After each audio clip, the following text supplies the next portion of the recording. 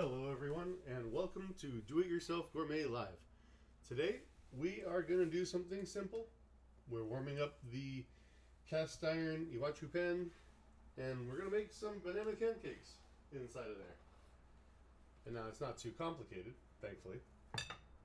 You just mash it around with the bananas. Take about 3 of them, 3 eggs, flour.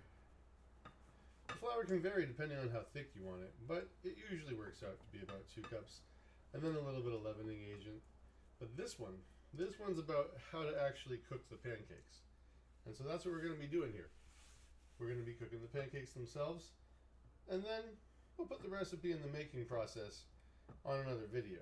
But today, since we've had just a hair of technical difficulties, we're going to take it to the level where we get to make the actual pancakes themselves and see if the stream ends up coming through nice and clear.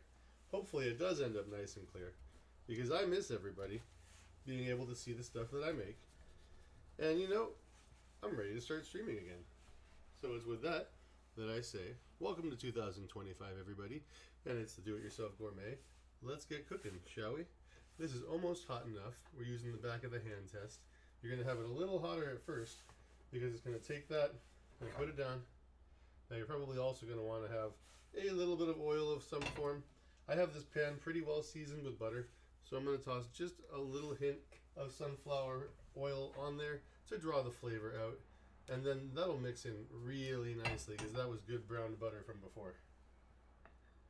So we're taking at about 1/3 of a cup each time. That's roughly 80 milliliters. And so we're going to place it down. We're going to make sure that heat is probably about 50% or more, and that the pan has been heating up for a good amount of time. Now the first pancake is sometimes a little bit of a draw, because it's the one that you figure out if the pan is hot enough and if the oils and such have gotten as they should. So we're going to give this one just a moment to cook, and as it starts to cook, I'm going to go check on the stream.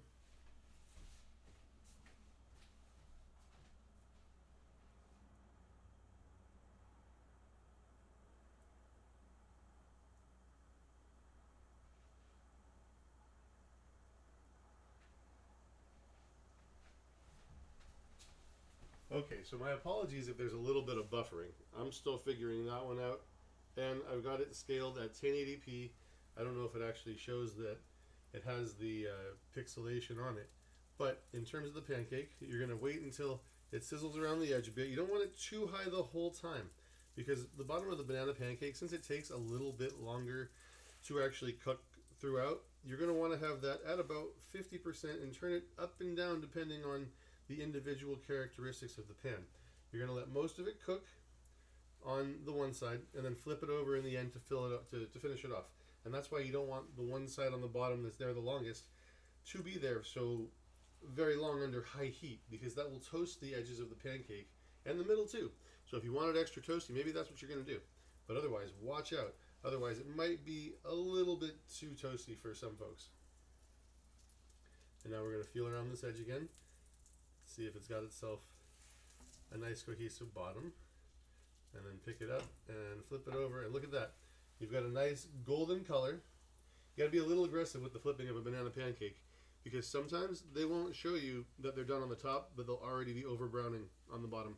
And so we'll let this happen for another couple of minutes, and you know, it's about 2 to 3 minutes for each pancake in total once it gets rolling. The first one takes a little bit longer, because you got to gauge that heat index to see where it's at and where the temperature's holding around.